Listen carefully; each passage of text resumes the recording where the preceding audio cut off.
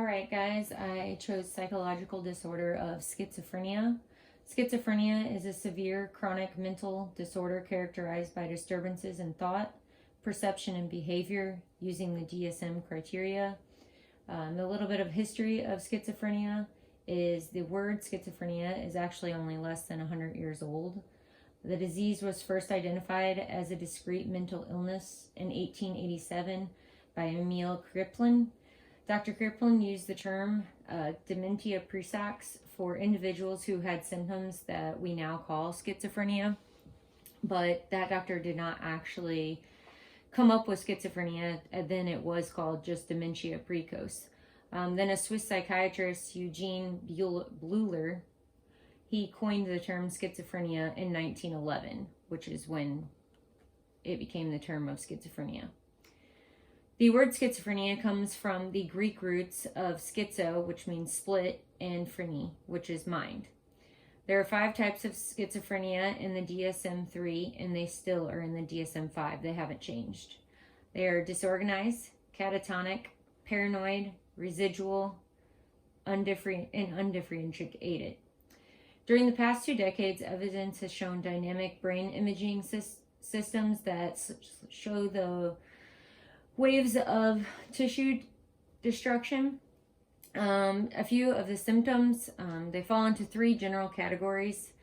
Psychotic symptoms is going to be the first one, which will include hallucinations, which are hearing voices and seeing things that aren't there. Delusions, which is a paranoia. They're paranoid about everything. Thought disorder, which is unusual thinking or disorganized speech.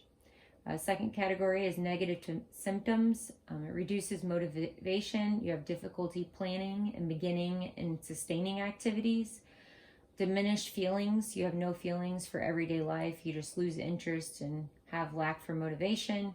Or something called the flat effect, which is reduced speaking, reduced emotions, voice, your tone, and your expressions in the face. Lastly, it'll be cognitive symptoms, attention problems, concentration problems, and memory. You'll have difficulty processing information to make decisions, problems using information immediately after it's learned, problems learning new things, trouble with remembering appointments or how to do things. You also have symptoms of hostility, aggression, anxiety, and phobias. There is recommended treatment. However, there is no cure for schizophrenia to this day. They have not figured that out. Therapy through a professional is what they recommend. You have to have constant treatment for schizophrenia. If you ignore it, it can only get worse. There is medication to help with part of your hallucinations and your paranoia and the delusions, and just to not make your effects worse.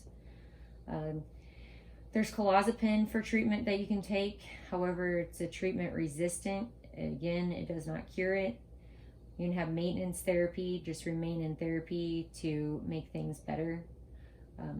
Bad cases will involve sedation for control. If there's a serious case, they will give them sedatives that kind of lower their functions and what they can do. Some of the diagnostic criteria, you have to have 2 or more of the following for at least 1 month or longer, and one of them must be a 1, 2, or 3. They'll have to be delusions, hallucinations, disorganized speech, grossly disorganized or catatonic behavior, negative symptoms. You need to have impairment in one of the major areas of functioning for a significant period of time since the onset of the disturbance. And it can't be like through work. Some signs must last for a continuous period of at least 6 months in order to be diagnosed with schizophrenia. And during residual periods, only negative symptoms may be present, and the effects cannot be caused by the effect of a substance or of taking a medication or having a medical condition. Few things about fun facts. Schizophrenia requires lifelong treatment. Like I said, it's not curable. Disorders typically emerges between the mid-teens and mid-30s. Only 6% of people with schizophrenia die by suicide. 20% make suicide attempts. because of how they feel and how they're disowned basically from everyone, and they only function with their immediate family. Most of them don't really have a social life outside of their immediate family at all, because people don't associate with them, and they kind of freak people out by their actions and how they are. Schizophrenia affects 2.4 million American adults, and that is 9.9% of the world's population. So there's just a little bit of information about schizophrenia and what it is and symptoms and the fact that there is no treatment. And that's a wrap.